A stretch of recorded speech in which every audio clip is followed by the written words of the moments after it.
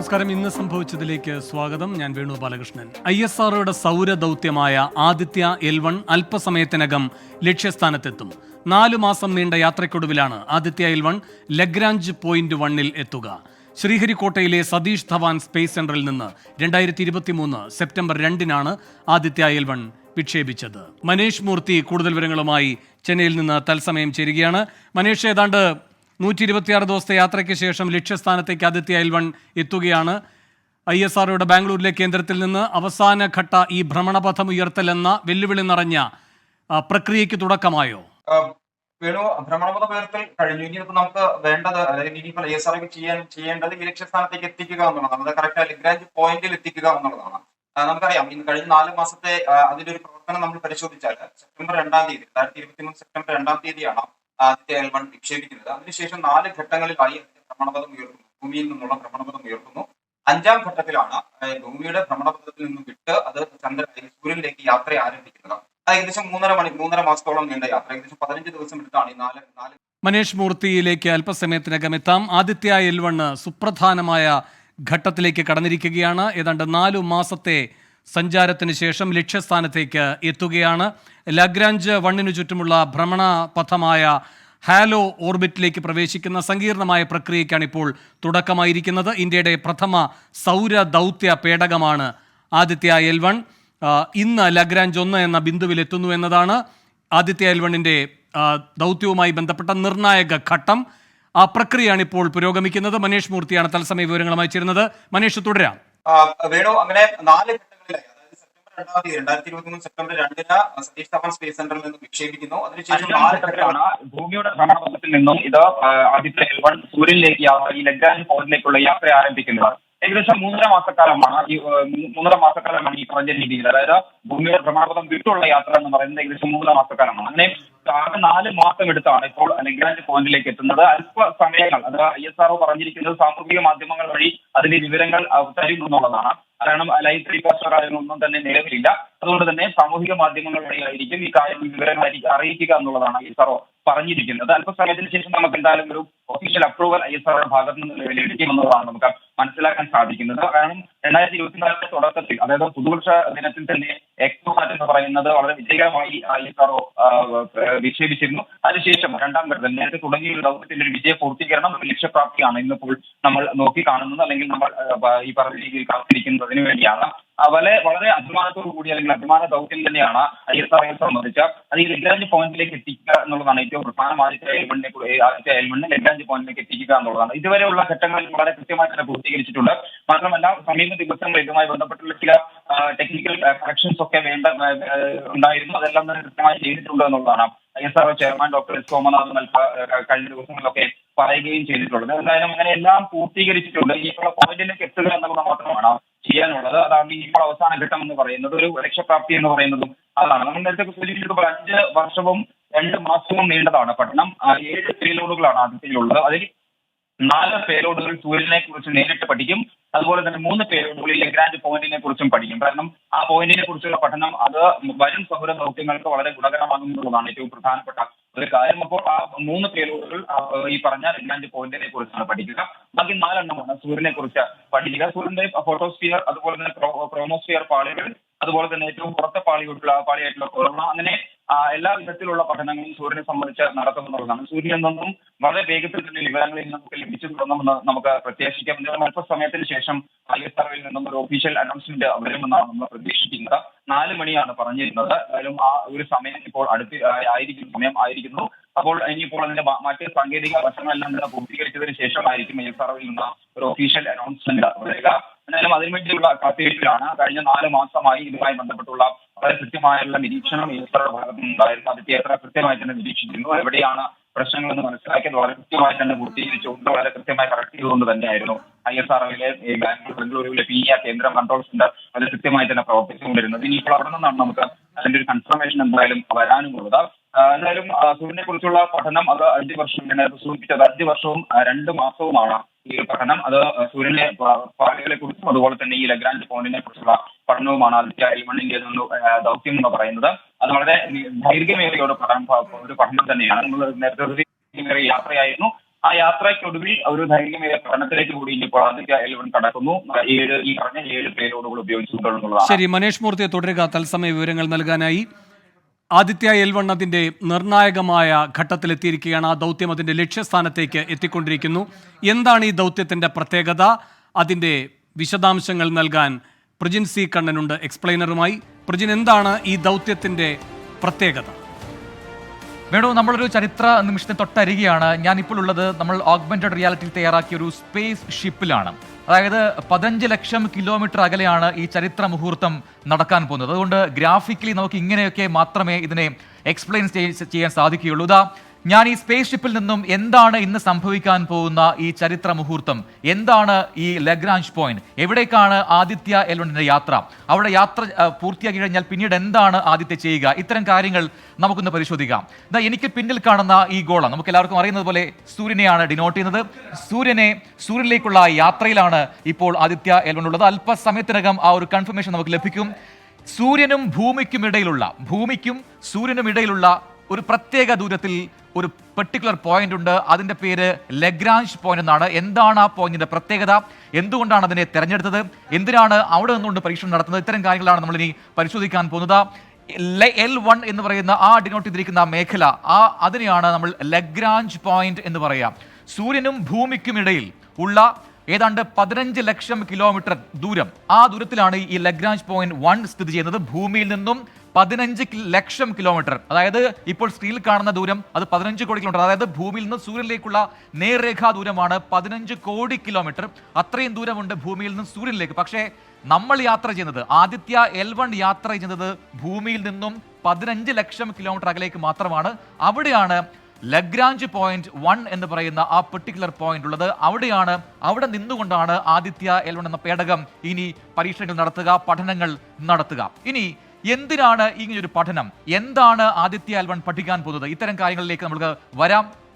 സൂര്യനെ കുറിച്ച് ഇനിയും അറിയാൻ ഒരുപാട് കാര്യങ്ങൾ ഉണ്ട് എന്ന് ശാസ്ത്രജ്ഞർ പറയുന്നു. അതിനെ അടുത്ത് ചെന്ന് പഠിക്കുക, ഭൂമിയിൽ നിന്ന് പഠിക്കുന്നതിനേക്കാൾ കൂടുതലായിട്ട് അതിനെ മനസ്സിലാക്കുക. അതിനാണ് കുറച്ചുകൂടി അടുത്തേക്ക് പോയി സൂര്യനെ നേരിട്ട് നിരീക്ഷിച്ചുകൊണ്ട് പഠിക്കാൻ നമ്മൾ ശ്രമിക്കുന്നത്. അപ്പോൾ സ്വാഭാവികമായിട്ടൊരു ചോദ്യം വരും, സൂര്യന്റെ അടുത്തേക്ക് പോയി കഴിഞ്ഞാൽ ആർക്കാണ് പിടിച്ചു നിൽക്കാൻ പറ്റുക, ഈ പറയുന്ന പേടകങ്ങളെല്ലാം കത്തിപ്പോകില്ല എന്ന് ചോദ്യം വരും. എന്നാൽ അതിനും ISROയ്ക്ക് ഉത്തരവുണ്ട്. അല്ലെങ്കിൽ ISRO മാത്രമല്ല, മറ്റ് പല രാജ്യങ്ങളുടെ ബഹിരാകാശ ഏജൻസികൾ, നാസ പോലുള്ള ഏജൻസികൾ അതിന് ശ്രമിച്ചിട്ടുണ്ട്. വിജയകരമായി ഇപ്പോഴും പഠനങ്ങൾ നടത്തുന്നുമുണ്ട്. ഈ പറയുന്ന ലഗ്രാഞ്ച് പോയിന്റിൽ തന്നെ അവർക്ക് പേടകങ്ങൾ ഉണ്ട് താനും. അതായത് വളരെ ശക്തമായ താപ പ്രതിരോധ മാർഗങ്ങളുള്ള പാർട്ടിക്കിൾ ഉപയോഗിച്ചുകൊണ്ടാണ് ഈ പേടകങ്ങൾ നിർമ്മിച്ചിരിക്കുന്നത്. സൂര്യന്റെ ഈ പറയുന്ന പോയിന്റിലേക്ക് വന്നു കഴിഞ്ഞാൽ ഒന്നും സംഭവിക്കാത്ത രീതിയിൽ അതിലെ ഉപകരണങ്ങളെ പൊതിഞ്ഞുകൊണ്ട് അതിനെ സൂക്ഷിച്ചുകൊണ്ട് മുന്നോട്ട് പോകാൻ സാധിക്കുമെന്നാണ് നമ്മൾ മനസ്സിലാക്കേണ്ടത്. ഇനി നോക്കുക, 5 വർഷത്തേക്കാണ് ആദിത്യ L1ന്റെ ഈ ദൗത്യ കാലാവധി എന്ന് പറയുന്നത്. 5 വർഷം ഇനി വീണ്ടും അവിടെ നിന്നുകൊണ്ട് സൂര്യനെ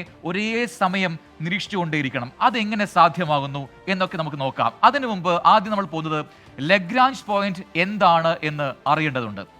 ഞാൻ നേരത്തെ പറഞ്ഞു, ഭൂമിയിൽ നിന്ന് സൂര്യനിലേക്ക് 15 കോടി കിലോമീറ്റർ ദൂരമുണ്ട്. പക്ഷേ നമ്മൾ യാത്ര ചെയ്ത ദൂരം 15 ലക്ഷം കിലോമീറ്റർ മാത്രമാണ്.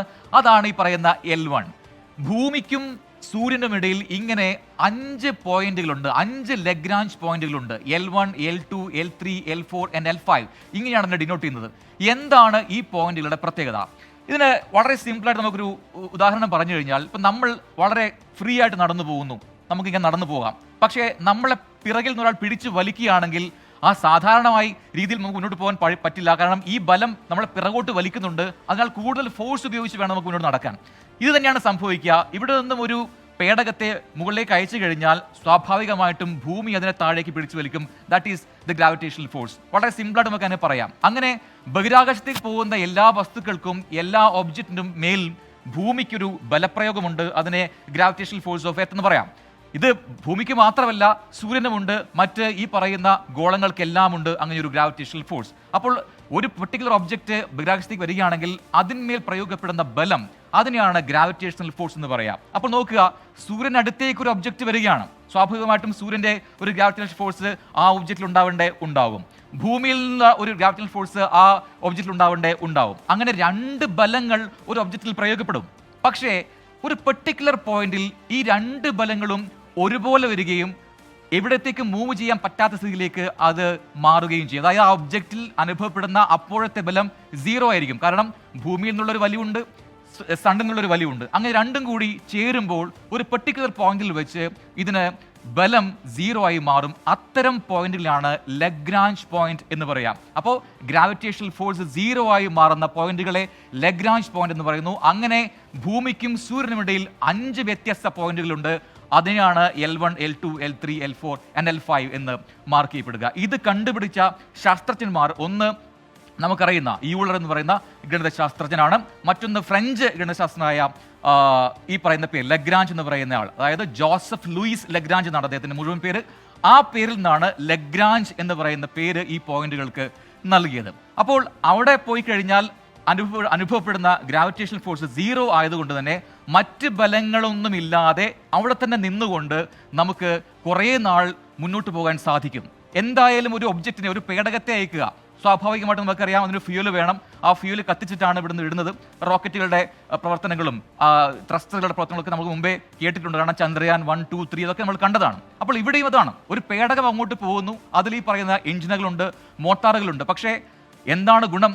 ലഗ്രാഞ്ച് പോയിന്റ് 1 എത്തിക്കഴിഞ്ഞാൽ അവിടെ ഭൂമിയുടെയോ സണ്ണിന്റെയോ ബലമില്ല, 0 ആണ് ഗ്രാവിറ്റേഷണൽ ഫോഴ്സ്. അപ്പോൾ വളരെ കുറച്ച് മാത്രം ഫ്യൂൽ ഉപയോഗിച്ചുകൊണ്ട് നമുക്ക് വളരെ കാലം അവിടെ എക്സിസ്റ്റ് ചെയ്യാൻ പറ്റും ആ പേടകത്തിന് എന്നുള്ളതാണ്. അവിടെയാണ് ISROയുടെയും ഈ പറയുന്ന ശാസ്ത്രജ്ഞരുടെയും ഈ ഫിസിക്സിന്റെ തത്വങ്ങൾ ഉപയോഗിച്ചുകൊണ്ട് എത്ര ബ്രൈറ്റ് ആയിട്ടാണ്, എത്ര ബ്രില്യൻ്റ് ആയിട്ടാണ് ഇത്തരം കാര്യങ്ങളെ മുന്നോട്ട് കൊണ്ടുപോകുന്നത് നമ്മൾ തിരിച്ചറിയേണ്ടത്. അപ്പോൾ ഈ പറയുന്ന L1-ൽ ലഗ്രാഞ്ച് പോയിന്റ് 1-ൽ നിന്നുകൊണ്ട് വളരെ കുറച്ച് മാത്രം ഫ്യൂൽ കത്തിച്ചുകൊണ്ട് 5 വർഷക്കാലത്തേക്ക് സൂര്യനെ പഠിക്കാം എന്നത് ഒരു ഗുണം. ഇനി മറ്റൊന്നും കൂടിയുണ്ട്. നോക്കുക, നമുക്കറിയാം ഭൂമിക്ക് ഒരു ഉപഗ്രഹമുണ്ട്, അതിൻ്റെ ആ ഉപഗ്രഹമുണ്ട്, അത് ചന്ദ്രനാണെന്ന് നമുക്കറിയാം. ഭൂമിയിൽ നിന്നും ഏതാണ്ട് 3.6 ലക്ഷം കിലോമീറ്റർ അകലെയാണ് ചന്ദ്രന്റെ സ്ഥാനമെന്ന് നമ്മൾ അറിയാം. ഭൂമിയെ ചന്ദ്രൻ ചുറ്റിക്കറങ്ങിക്കൊണ്ടേയിരിക്കുന്നുണ്ട് എന്ന് നമുക്കറിയാം. ഇതാ ഇപ്പോൾ ഏറ്റവും പുതിയ വാർത്തകൾ വരുന്നു. ആദിത്യ L1 ലഗ്രാഞ്ച് പോയിന്റ് 1-ൽ എത്തി എന്ന കൺഫർമേഷൻ ഇപ്പോൾ ISRO നൽകുന്നുണ്ട്. ഇത് ചരിത്ര മുഹൂർത്തമാണ് വേണു. ഇത് ഏറ്റവും പ്രധാനപ്പെട്ട ഒരു മൈൽ സ്റ്റോൺ ആണ്. ഏറ്റവും ആദ്യമായി ഈ ഭൂമിയിൽ നിന്നും വിക്ഷേപിക്കപ്പെട്ട, അല്ലെങ്കിൽ ഇന്ത്യയിൽ നിന്നും വിക്ഷേപിക്കപ്പെട്ട ഒരു പേടകം അത് സൂര്യനെ പഠിക്കാൻ അതിനടുത്തേക്ക് നീങ്ങിയിരിക്കുന്നു. 15 ലക്ഷം കിലോമീറ്ററിലേക്ക് യാത്ര ചെയ്ത് അവിടെ നിന്നുകൊണ്ട് ഇനി ഒരു ഹാലോ ഓർബിറ്റിൽ സ്ഥിതി ചെയ്തുകൊണ്ട് അടുത്ത 5 വർഷക്കാലത്തേക്ക് സൂര്യനെ പഠിക്കാൻ പോവുകയാണ്. എല്ലാ വെല്ലുവിളികളും വിജയിച്ചുകൊണ്ടാണ് ഈ നേട്ടം എന്നത് ഏറ്റവും ശ്രദ്ധേയമായ കാര്യം. മാത്രമല്ല, ഇനി പഠനങ്ങൾ നടത്താൻ പോകുന്ന ഉപകരണങ്ങൾ, ആദിത്യ L1-ലെ 7 പേലോഡുകൾ എന്നാണ് നമ്മൾ ഡിവൈസുകളെ പറയുക, അതെല്ലാം തദ്ദേശീയമായി ഇന്ത്യയിൽ വികസിപ്പിച്ചവയാണ് എന്നുകൂടി അറിയുമ്പോൾ ISROയുടെ മേന്മ ഒന്നുകൂടി വലുതാവുന്നു. ചന്ദ്രയാൻ പദ്ധതിയുടെ വിജയത്തിന് പിന്നാലെയാണ് ഇപ്പോൾ ആദിത്യ L1 എന്ന് പറയുന്ന ഈ പ്രോജക്റ്റും അതിൻ്റെ ലക്ഷ്യസ്ഥാനത്തിലേക്ക് എത്തിയിരിക്കുന്നത്. ഇനി ഏറ്റവും പുതിയ വിവരങ്ങൾ അത് പങ്കുവച്ചുകൊണ്ടേയിരിക്കും. 15 ലക്ഷം കിലോമീറ്റർ അകലെ സ്ഥിതി ചെയ്യുന്ന ഒരു സ്ഥലത്ത് നിന്നും സൂര്യനെ കുറിച്ച് പഠിച്ചാണ് ആദിത്യ L1 അതിൻ്റെ വിവരങ്ങൾ ഭൂമിയിലേക്ക്, ഇന്ത്യയിലേക്ക് അയക്കാൻ പോകുന്നത്.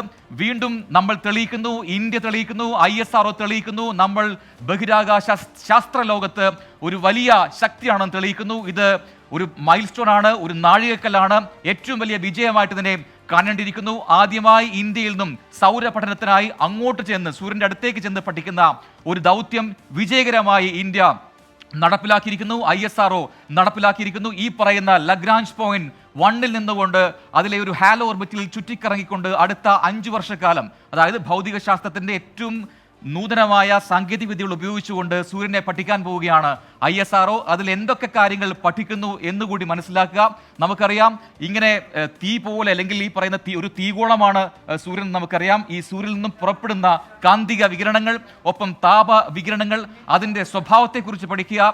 അത് ഭൂമിയിലേക്ക് എത്തുന്നതിന് മുമ്പേ അതിൻ്റെ സ്വഭാവം എന്ത് എന്ന് കുറച്ചുകൂടി അകലേക്ക് മാറിക്കൊണ്ട് പഠിക്കുക.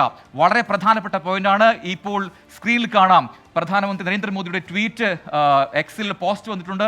മറ്റൊന്ന് ഇതാ ഈ ഗ്രാഫിക്സിൽ നിങ്ങൾക്ക് വളരെ വ്യക്തമായിട്ട് കാണാം. ഈ രീതിയിലായിരിക്കും ലഗ്രാഞ്ച് പോയിന്റ് 1-ൽ ആദിത്യ L1 എന്ന പേടകം ചുറ്റിക്കറങ്ങിക്കൊണ്ടേയിരിക്കുക അടുത്ത 5 വർഷക്കാലം. ഈ പറയുന്ന മേഖലയെല്ലാം തന്നെ ഗ്രാവിറ്റേഷണൽ ഫോഴ്സ് ഓഫ് എർത്ത് 0 ആയിരിക്കും, ഗ്രാവിറ്റേഷണൽ ഫോഴ്സ് ഓഫ് സൺ 0 ആയിരിക്കും. അങ്ങനെ 0 ആയി മാറിയ ആ മേഖലയിൽ വളരെ കുറച്ച് മാത്രം ഫ്യൂൽ ജ്വലിപ്പിച്ചുകൊണ്ട് ഇന്ധന ലാഭിച്ചുകൊണ്ട് 5 വർഷക്കാലം ചുറ്റിക്കറങ്ങാൻ ഈ പേടകത്തിന് സാധിക്കും. അതാണ് ഇപ്പോൾ വിജയകരമായി നമ്മൾ പൂർത്തീകരിച്ചിരിക്കുന്നത്. L1 എന്ന് പറയുന്ന ആ പോയിന്റിൽ ആദിത്യ L1 എത്തിയിരിക്കുന്നു. വിജയവാർത്ത പ്രേക്ഷകരെ അറിയിച്ചത്, ലോകത്തെ അറിയിച്ചത് പ്രധാനമന്ത്രിയാണ്. അദ്ദേഹത്തിന്റെ പോസ്റ്റ് എക്സ്പോസ്റ്റ് അല്പസമയം മുൻപ് വന്നിരിക്കുന്നു. ഇനിയുള്ള വിവരങ്ങൾ, ഇനിയുള്ള മണിക്കൂറുകളിൽ പുതിയ വിവരങ്ങൾ ആദിത്യ L1 പങ്കുവച്ചുകൊണ്ടേയിരിക്കും. 7 വ്യത്യസ്ത പേലോഡുകൾ, സൂര്യനെ കുറിച്ച് പഠിക്കുന്ന 7 വ്യത്യസ്ത പേലോഡുകൾ ഈ ഡിവൈസിലുണ്ട്. അത് ഏറ്റവും പ്രധാനപ്പെട്ട ഒന്നാണ് വെൽക്ക് എന്ന് പറയുന്ന ഒരു payload. Visible emission line chronograph എന്ന് പറയുന്ന വെൽക്ക് എന്ന് പറയുന്ന ഒരു പേലോഡ് ഉണ്ട്. മറ്റൊന്ന് സ്യൂട്ട് എന്ന് പറയും, SUIT എന്നാണ് അതിന്റെ ചുരുക്കപ്പേര്. SUIT എന്നാൽ solar ultraviolet image telescope എന്നാണ്. അതൊരു ഇമേജിംഗ് ടെക്നിക്കാണ്. അതിൻ്റെ ഒരു പ്രധാനപ്പെട്ട ഒരു ചിത്രം കൂടി പ്രേക്ഷകരെ കാണിച്ചു തരാം. അതൊരു ഇമേജിംഗ് ടെലിസ്കോപ്പാണ്, ഒരു ക്യാമറ എന്ന് പറയാം. പക്ഷേ അൾട്രാ വയലറ്റ് രശ്മികൾ ഉപയോഗിച്ചുകൊണ്ട് വളരെ ദൂരത്ത് നിന്ന് തന്നെ സൂര്യനെ പകർത്തിയ ഒരു ടെലിസ്കോപ്പാണ്. ഈ പോകുന്ന പോക്കിലൊക്കെ, അതായത് ഈ 15 ലക്ഷം കിലോമീറ്റർ യാത്ര ചെയ്തപ്പോൾ സൂര്യൻ്റെ ഒരുപാട് പടങ്ങൾ, ഒരുപാട് ചിത്രങ്ങൾ ആ ടെലിസ്കോപ്പ് പകർത്തിയിട്ടുണ്ടായിരുന്നു. അതിൽ നിന്നും ഏറ്റവും ഒടുവിൽ വന്ന ചിത്രങ്ങൾ പ്രേക്ഷകരിലേക്ക് എത്തുന്നു. സ്യൂട്ട് എന്ന് പറയുന്ന പേലോഡ് എടുത്ത സൂര്യന്റെ ചിത്രങ്ങൾ അത് നിർണായകമാണ്. പഠനങ്ങളിൽ അത് വളരെ വ്യക്തമായിട്ട് തന്നെ പകർത്തിയിട്ടുണ്ട്. പ്രജിൻസി കണ്ണനാണ് വിശദാംശങ്ങൾ നൽകിക്കൊണ്ടിരിക്കുന്നത്. മനേഷ് മൂർത്തിയും ചെന്നൈയിൽ നിന്ന് തത്സമയ വിവരങ്ങളുമായി ചേരുന്നുണ്ട്. അങ്ങനെ ആദിത്യ L1 ലക്ഷ്യസ്ഥാനത്ത് എത്തിയിരിക്കുകയാണ്. ലഗ്രാഞ്ച് 1 പോയിന്റിൽ ആദിത്യയെ വിജയകരമായി എത്തിച്ചുവെന്ന് ISRO അറിയിക്കുന്നു. ലക്ഷ്യസ്ഥാനത്തെത്തിയത് 4 മാസത്തിലധികം നീണ്ട യാത്രയ്ക്കൊടുവിലാണ്. ഇന്ത്യയെ സംബന്ധിച്ച് ഇതൊരു വലിയ നേട്ടത്തിന്റെ മുഹൂർത്തമാണ്. പ്രധാനമന്ത്രി ഇതിനോടുള്ള പ്രസ്താവനയും പുറത്തിറക്കിയിട്ടുണ്ട്. ഇനി 5 വർഷവും 2 മാസവുമാണ് ഈ ദൗത്യത്തിന്റെ കാലാവധി. നിർണായക ഘട്ടത്തിലേക്കാണ് ആദിത്യ L1 എത്തിയിരിക്കുന്നത്. ഈ ലഗ്രാഞ്ച് 1ന്റെ പ്രത്യേകത പ്രജിൻസി കണ്ണിവിടെ വിശദീകരിക്കുകയുണ്ടായി. ഇനി മറ്റാകാശഗോളങ്ങളുടെ ഒന്നും മറയില്ലാതെ സൂര്യനെ നിരീക്ഷിക്കാനും പഠിക്കാനുമുള്ള ദൗത്യത്തിന്റെ ഭാഗമാകുകയാണ് ISROയും ഇന്ത്യയും. മനേഷ് മൂർത്തി ചേരുന്നു വിവരങ്ങളുമായി. മനേഷ്, ISRO ആണോ അതോ പ്രധാനമന്ത്രിയാണോ ആദ്യം ഇതിൻ്റെ സ്ഥിരീകരണ വാർത്ത പുറത്തുവിട്ടത്? കാരണം ആദ്യം ആര് എന്ന കാര്യത്തിൽ അടക്കം സസ്പെൻസ് ഉണ്ടായിരുന്നു. പ്രധാനമന്ത്രി നരേന്ദ്രമോദി തന്നെയാണ് ഇക്കാര്യം ലോകത്തോട് പങ്കുവച്ചത്. ISROയുടേതായിട്ടുള്ള ഒഫീഷ്യൽ അനൗൺസ്മെന്റ് ഒന്നും ഇതുവരെ വന്നിട്ടില്ല. എന്തായാലും പ്രധാനമന്ത്രി തന്നെ അത് ലോകത്തെ അറിയിച്ചിരിക്കുന്നു എന്നുള്ളതാണ് ഏറ്റവും പ്രധാനപ്പെട്ട കാര്യം. അത് ആശംസകൾ അറിയിച്ചുകൊണ്ടുള്ള ഒരു എക്സ്പോസ്റ്റ് തന്നെയാണ് പ്രധാനമന്ത്രിയുടേത്. എന്തായാലും 4 മാസം നീണ്ട ആ ഒരു യാത്ര, അത് വളരെ ശ്രമകരമായ ഒരു യാത്ര തന്നെയായിരുന്നു എന്നുള്ളതാണ് ഏറ്റവും എടുത്തു പറയേണ്ട ഒരു കാര്യം. അത് ISRO വളരെ കൃത്യമായി തന്നെ ബംഗളൂരുവിലെ പീനിയയിലുള്ള കൺട്രോൾ സെന്ററിൽ ഇരുന്നുകൊണ്ട് വളരെ കൃത്യമായി തന്നെ ഓരോ നീക്കങ്ങളും, ഈ പറഞ്ഞ ആദിത്യ L1ന്റെ ഓരോ നീക്കങ്ങളും കൃത്യമായി പഠിച്ച് എവിടെയാണ് കറക്ഷൻ വേണ്ടത് അത് വളരെ കൃത്യമായി തന്നെ ചെയ്ത്, അതായത് 4 മാസങ്ങൾ ഇത് കൃത്യമായി തന്നെ ഇതിനെ ഫോളോ ചെയ്ത് പോയെങ്കിൽ മാത്രമേ ഈ വിജയം കൈവരിക്കാൻ സാധിക്കൂ. അത് സൂര്യനിൽ ഇന്ത്യ എത്തിയിരിക്കുന്നു എന്നുള്ളത് ആ രീതിയിൽ തന്നെ വേണം നമുക്കതിനെ പറയാൻ. കാരണം അത്ര ബൃഹത്തായ ഒരു പദ്ധതി തന്നെയായിരുന്നു, ദൗത്യം തന്നെയായിരുന്നു, അത്ര ഒബ്സർവേഷൻ വേണ്ട ഒരു പദ്ധതി തന്നെയായിരുന്നു. വളരെ കൃത്യമായി തന്നെ എന്തായാലും ISRO വിജയിച്ച് കയറിയിരിക്കുന്നു എന്നുള്ളതാണ് ഏറ്റവും പ്രധാനപ്പെട്ട കാര്യം. 5 വർഷം നീണ്ട പഠനം. ഇനി ആദിത്യ L1 സൂര്യന് സമീപത്ത് നിന്നുകൊണ്ട്, അല്ലെങ്കിൽ സൂര്യന്റെ ഏറ്റവും അടുത്ത് നിന്നുകൊണ്ട് എന്തായാലും സൂര്യനെ കുറിച്ച് പഠിക്കും. അത് വരും ദിവസങ്ങളിൽ നമുക്ക് എന്തായാലും സൂര്യനിൽ നിന്നുള്ള വളരെ വേഗത്തിലുള്ള വിവരങ്ങൾ നമുക്ക് ലഭിക്കുകയും ചെയ്യും. 7 പേലോഡുകൾ, പ്രജിൻസി കണ്ണൻ സൂചിപ്പിച്ചതുപോലെ 7 പേലോഡുകളാണ്. ആ ഓരോ പേലോഡുകൾക്കും വളരെ കൃത്യമായ ദൗത്യങ്ങളുണ്ട്. അതിൽ 3 എണ്ണം പഠിക്കുക ഈ ലഗ്രാഞ്ച് പോയിന്റിനെ കുറിച്ചാണ്. ബാക്കി 4 എണ്ണം സൂര്യനെ നേരിട്ടും, അതായത് ഈ ലഗ്രാഞ്ച് 1 പോയിന്റ് എന്ന് പറയുന്നത് ഒരു ഗ്രഹങ്ങളുടെയും മറയില്ലാതെ കൃത്യമായി സൂര്യനെ നേരിട്ട് പഠിക്കാൻ സാധിക്കുന്നു എന്നുള്ളത്. അതുകൊണ്ട് തന്നെയാണ് ആ പോയിന്റിൽ തന്നെ കൃത്യമായി തന്നെ ആദിത്യ L1 എത്തിക്കണം എന്നുള്ള ഒരു കാര്യം എന്തായാലും ഈ പറഞ്ഞ രീതിയിൽ ISRO തീരുമാനിച്ചതും അതിന് കൃത്യമായ പദ്ധതി തയ്യാറാക്കിയതും ആ ദൗത്യം ഇപ്പോൾ വിജയകരമായി തന്നെ പൂർത്തീകരിക്കുകയും ചെയ്തത്. എന്തായാലും പ്രധാനമന്ത്രി ലോകത്തെ അറിയിച്ചിരിക്കുന്നു. ആദിത്യ L1 വിജയകരമായി ഈ പറഞ്ഞ ലഗ്രാഞ്ച് 1 പോയിന്റിൽ ഇൻസേർട്ട് ചെയ്തിരിക്കുന്നു. ഇനി വരും ദിവസങ്ങളിൽ, ഒരുപക്ഷെ വരും മണിക്കൂറുകളിൽ തന്നെ അവിടെ നിന്നുള്ള സൂര്യനിൽ നിന്നുള്ള വിവരങ്ങൾ നമുക്ക് ലഭ്യമാകും. എന്തായാലും വളരെ വിജയകരമായി തന്നെ പൂർത്തീകരിച്ചിരിക്കുന്നു. രണ്ടാമത്തെ, അതായത് ഈ വർഷം തുടങ്ങി 2024 തുടങ്ങി രണ്ടാമത്തെ വിജയകരമായ ഒരു ദൗത്യം. അത് നേരത്തെ വിക്ഷേപിച്ചതാണ് എങ്കിൽ കൂടിയും അതിന്റെ വിജയം എന്തായാലും 2024 ജനുവരിയിൽ തന്നെ ആഘോഷിക്കാൻ, അഭിമാനത്തോടു കൂടി ആഘോഷിക്കാൻ എന്തായാലും ISROയ്ക്കും ഇന്ത്യക്കും സാധിക്കുന്നു എന്നുള്ളത് ഏറ്റവും എടുത്തു പറയേണ്ട ഒരു കാര്യം തന്നെ. അങ്ങനെ 2 പദ്ധതികൾ തുടരെ വളരെ വിജയകരമായി തന്നെ എന്തായാലും ISRO പൂർത്തീകരിച്ചിരിക്കുന്നു. ഈ വർഷം 2024 നമ്മൾ നേരത്തെ സൂചിപ്പിച്ചത് ഗഗൻയാൻ മിഷൻ ഉൾപ്പെടെയുള്ള നിരവധിയായിട്ടുള്ള 12 മിഷനുകൾ, 12 ദൗത്യങ്ങളാണ് എന്തായാലും ISRO ഈ വർഷം പ്ലാൻ ചെയ്യുന്നത്. അതിലേക്കുള്ള ഒരു ഊർജ്ജം പകരൽ കൂടിയാണ് എന്തായാലും ഇത്തരം വിജയങ്ങൾ എന്ന് നമുക്ക് പറയാം. എന്തായാലും വരും മണിക്കൂറുകളിൽ അല്ലെങ്കിൽ വരും ദിവസങ്ങളിൽ സൂര്യനിൽ നിന്നുള്ള വിവരങ്ങൾ എന്തായാലും നമുക്ക് വളരെ വേഗത്തിൽ ആദിത്യ L1 എത്തിക്കുമെന്ന് തന്നെ പ്രതീക്ഷിക്കാം. സൂര്യന്റെ മാത്രമല്ല ഈ ലഗ്രാഞ്ച് 1 എന്ന് പറയുന്ന പോയിന്റിന്റെ ആ വിവരങ്ങളും നമുക്ക് എത്തിക്കുമെന്ന് തന്നെ പ്രതീക്ഷിക്കാം. എന്തായാലും വിജയകരമായി പൂർത്തീകരിച്ചിരിക്കുന്നു ആദിത്യ L1. 4 മാസം നീണ്ട ആ ഒരു ദൗത്യം ഇപ്പോൾ വിജയകരമായി തന്നെ പൂർത്തീകരിച്ചിരിക്കുന്നു. ആദിത്യ L1 വിജയകരമായി അതിന്റെ ദൗത്യം പൂർത്തീകരിച്ചിരിക്കുകയാണ്. ഇനിയാണ് പഠനവുമായി ബന്ധപ്പെട്ട പ്രധാനപ്പെട്ട ഘട്ടത്തിലേക്ക് കടക്കുക. പ്രധാനമന്ത്രിയാണ് ഈ വിജയവാർത്ത ലോകത്തെയും രാജ്യത്തെയും അറിയിച്ചത്. ഇന്ത്യ മറ്റൊരു നാഴികക്കല്ല് പിന്നിട്ടു എന്നാണ് പ്രധാനമന്ത്രി എക്സിൽ പോസ്റ്റ് ചെയ്തത്. ആദിത്യ L1 ലക്ഷ്യസ്ഥാനത്തെത്തിയെന്ന് പ്രധാനമന്ത്രി അറിയിച്ചു. ശാസ്ത്രജ്ഞരുടെ സമർപ്പണത്തിന്റെ വിജയമെന്ന് പ്രധാനമന്ത്രി പറഞ്ഞു. ഏറ്റവും സങ്കീർണമായ സാഹചര്യങ്ങളിൽ നേടിയ വിജയം. ഈ ഗംഭീര ചുവടുവയ്പ്പിന് എല്ലാവരെയും അഭിനന്ദിക്കുന്നുവെന്നും പ്രധാനമന്ത്രി അറിയിച്ചു. പ്രജിൻ സി കണ്ണൻ തുടരുന്നുണ്ട്. പ്രജിൻ, ഇനിയിപ്പോൾ അടുത്ത വെല്ലുവിളി എന്ന് പറയുന്നത് ഇതിൻ്റെ പാർക്കിങ്ങുമായി ബന്ധപ്പെട്ടാണെന്ന് അറിയുന്നു. ഭ്രമണപഥത്തിൽ നിശ്ചിതമായ ഇടത്ത് ഉറപ്പിക്കൽ ആദിത്യ L1 അത് എത്രമാത്രം ശ്രമകരവും വെല്ലുവിളി നിറഞ്ഞതുമാണ്?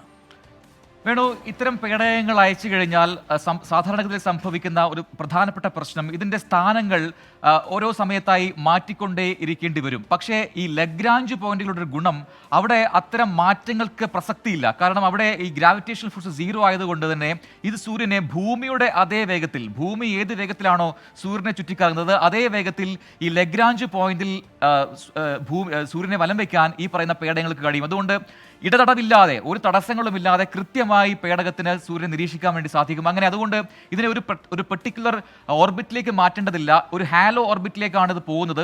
അത് ഈ പറയുന്ന ലഗ്രാഞ്ച് പോയിന്റ് L1 ചുറ്റുമുള്ള ഈ പറയുന്ന ഗ്രാവിറ്റേഷണൽ ഫോഴ്സ് 0 ആയി അനുഭവപ്പെടുന്ന ആ മേഖലയിലുള്ള ഒരു ഹാലോ ഓർബിറ്റിലേക്കാണ് ഈ പറയുന്ന പേടകം പോവുക. അതിനുശേഷം അവിടെ ചുറ്റിക്കറങ്ങിക്കൊണ്ടാണ്, ആ ഹാലോ ഓർബിറ്റിൽ ചുറ്റിക്കറങ്ങിക്കൊണ്ടാണ് ഈ പേടകം ഇനി സൂര്യനെ നിരീക്ഷിക്കാൻ പോകുന്നത്. ഏറ്റവും രസകരമായ അല്ലെങ്കിൽ ഏറ്റവും കൗതുകം നിറഞ്ഞ, ഒരുപക്ഷെ ഈ ഭൗതികശാസ്ത്ര ലോകം തന്നെ നിരീക്ഷിക്കുന്ന അല്ലെങ്കിൽ കൗതുകത്തോടെ വീക്ഷിക്കുന്ന ഒരുപാട് പുതിയ പഠനങ്ങൾക്ക് ഇനി എന്താണ് പറയുക, ഒരു നാഴികക്കല്ലാവുകയാണ്. ആ പഠനങ്ങൾ വഴി പുറത്തു വരുന്ന വിവരങ്ങൾ അത് ഏറ്റവും ക്രൂഷ്യലാണ്. അത് ഏറ്റവും പ്രധാനപ്പെട്ട ഒന്നാണ് ഞാൻ നേരത്തെ പറഞ്ഞത്. അതായത് ഭൂമിയിലേക്ക് സൂര്യനിൽ നിന്നും വരുന്ന കാന്തിക തരംഗങ്ങൾ അല്ലെങ്കിൽ അതിൻ്റെ താപവികിരണങ്ങൾ അത് ഭൂമിയിലേക്ക് എത്തുന്നതിന് മുമ്പേ തന്നെ നേരത്തെ പോയി പഠിക്കുകയാണ്. അപ്പോൾ ഭൂമിയിലേക്ക് വരുമ്പോൾ അതിന് എന്തൊക്കെ മാറ്റങ്ങൾ സംഭവിക്കുന്നുണ്ട്, എവിടെ വെച്ചാണ് ആ മാറ്റങ്ങൾ സംഭവിക്കുന്നത്, അല്ലെങ്കിൽ ഈ 15 ലക്ഷം കിലോമീറ്ററിലേക്ക് വരുമ്പോൾ എന്താണ് കാന്തിക തരംഗത്തിൻ്റെ, അതായത് സോളാർ കാന്തിക തരംഗത്തിൻ്റെ സ്വഭാവം എന്താണ്, അത് ഭൂമിയുടെ അന്തരീക്ഷത്തിൽ ഉണ്ടാക്കുന്ന മാറ്റങ്ങൾ എന്തൊക്കെ, ഇതെല്ലാം പഠിക്കുന്ന പേലോഡുകൾ, ഇന്ത്യ തദ്ദേശീയമായി വികസിപ്പിച്ച പേലോഡുകൾ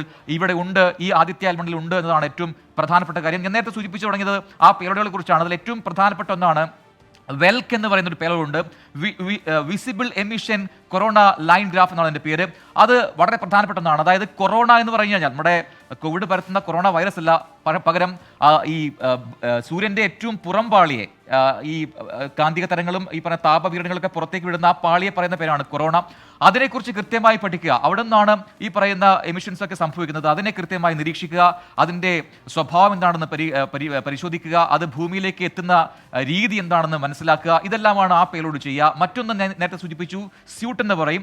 അത് ഈ സോളർ അൾട്രാ വയലറ്റ് ഇമേജ് ടെലിസ്കോപ്പാണ്. കൃത്യമായി വളരെ സൂക്ഷ്മമായി സൂര്യന്റെ ചിത്രം പകർത്തുക എന്നതാണ് അതിന്റെ ധർമ്മം. ഞാൻ നേരത്തെ നമ്മളെ പ്രേക്ഷകർക്ക് കാണിച്ചു കൊടുത്തതാണ് അത്തരം ചിത്രങ്ങൾ. ഈ പോകുന്ന വഴിയിലെല്ലാം തന്നെ ഈ പറയുന്ന സ്യൂട്ട് എന്ന് പറയുന്ന പേലോഡ് അത്തരം ഇമേജുകൾ പകർത്തിയിരുന്നു. അങ്ങനെ അത് ക്രോഡീകരിച്ചെടുത്ത സൂര്യന്റെ ഒരു പെർട്ടിക്കുലർ എക്സ്റേ ഫോട്ടോഗ്രാഫ് അത് ISRO തന്നെ പുറത്തുവിട്ടതാണ്. അത് ഒരുപാട് പഠനങ്ങൾക്ക് സഹായകമാകുന്നതാണ് എന്ന് തന്നെ നമുക്ക് കരുതേണ്ടിയിരിക്കുന്നു. മറ്റൊന്ന് ആസ്പെക്ട്സ് എന്ന് പറയുന്ന മറ്റൊരു പേലോഡ് ഉണ്ട്. അത് ഈ പറയുന്നത് പോലെ ഒരു പാർട്ടിക്കിൾ എമിഷൻ എക്സ്റേ ഉപയോഗിച്ചുള്ള ഒരു പഠനമാണ്. ആസ്പെക്ട്സ് എന്ന് പറയും. അതും ഈ പറയുന്ന ആദിത്യ L1 എന്ന് പറയുന്ന പേടകത്തിനകത്തുണ്ട്. അങ്ങനെ ഒരുപാട് പേലോഡുകളുണ്ട്. 7 എണ്ണം ആകെയുണ്ട്. അതിൽ 4 എണ്ണം സൂര്യനെ കുറിച്ച് പഠിക്കാൻ, 3 എണ്ണം ലഗ്രാഞ്ച് പോയിന്റിനെ കുറിച്ച് കൂടി പഠിക്കുന്നുണ്ട് ആദിത്യ L1 എന്നുള്ളതാണ് ഏറ്റവും പ്രധാനപ്പെട്ട കാര്യം. അതിനായി പ്രത്യേകമായ മാഗ്നറ്റോമീറ്റർ ഉണ്ട്. മറ്റൊന്ന് ഈ സോഫ്റ്റ് എക്സ്ട്രോ സ്പെക്ട്രോമീറ്റർ ഉണ്ട്, ഹാർഡ് എക്സ്റേ സ്പെക്ട്രോമീറ്റർ ഉണ്ട്. അങ്ങനെയുള്ള ഒരുപാട് പേലോഡുകൾ ഈ ആദിത്യ L1 ഉണ്ട് എന്നതാണ് ഏറ്റവും ശ്രദ്ധേയമായ കാര്യം. ഇനി അറിയാനുള്ളത്, ഈ 5 വർഷക്കാലം ISROയുടെ ആദിത്യ L1 എന്ന് പറയുന്ന പേടകം അത് പുറത്തുവിടുന്ന വിവരങ്ങൾ അത് ശാസ്ത്രലോകത്തിന് എത്രമാത്രം മുതൽക്കൂട്ടാകും എന്നതാണ് അറിയേണ്ടത്. നമുക്കറിയാം, ചന്ദ്രയാൻ ദൗത്യത്തിലുടനീളം ഈ ഇന്ത്യ കൈവരിച്ച, ISRO കൈവരിച്ച ആ മുന്നേറ്റം, അത് പുറത്ത് വിട്ട പുതിയ വിവരങ്ങൾ, ചന്ദ്രനെക്കുറിച്ചുള്ള വിവരങ്ങൾ എല്ലാം നമ്മുടെ പക്കലുണ്ട്. ഇപ്പോൾ ഇതാ ചന്ദ്രന് ശേഷം സൂര്യനെ കുറിച്ച് പഠിക്കാൻ ISRO പോകുന്നു. ഇനിയുള്ള 5 വർഷക്കാലം ആ പഠനത്തിലായിരിക്കും ISRO ഉണ്ടാവുക. എനിക്ക് പിറകിൽ കാണുന്നത് പോലെ ഇതാ ഈ ഭൂമിയെ ചുറ്റിക്കറങ്ങുന്ന ചന്ദ്രൻ, അത് നമുക്കറിയാം ഭൂമിയിൽ നിന്നും ഏതാണ്ട് 3.6 ലക്ഷം കിലോമീറ്റർ മാത്രം അകലെയാണ്. അവിടെ പോയി വിജയിച്ച ശേഷമാണ് അതിനേക്കാൾ കൂടുതലുള്ള ഒരു ദൂരത്തേക്ക് 15 ലക്ഷം കിലോമീറ്റർ ദൂരത്തേക്ക് ഒരു പേടകത്തെ ഇന്ത്യ അയച്ചത്. അത് തന്നെ വലിയൊരു നാഴികക്കല്ലാണ്. 3.6 ലക്ഷം കിലോമീറ്റർ അകലെയുള്ള ചന്ദ്രനിലേക്ക് നമ്മളൊരു പേടകത്തെ അയച്ചു, കൃത്യമായി അവിടെ ലാൻഡ് ചെയ്യിപ്പിച്ചു, അവിടെയുള്ള വിവരങ്ങൾ ശേഖരിച്ചു. അതിനുശേഷമാണ് അതും കടന്നു പോകുന്ന മറ്റൊരു മേഖലയിലേക്ക് ഇപ്പോൾ മറ്റൊരു പേടകത്തെ എത്തിച്ചത്.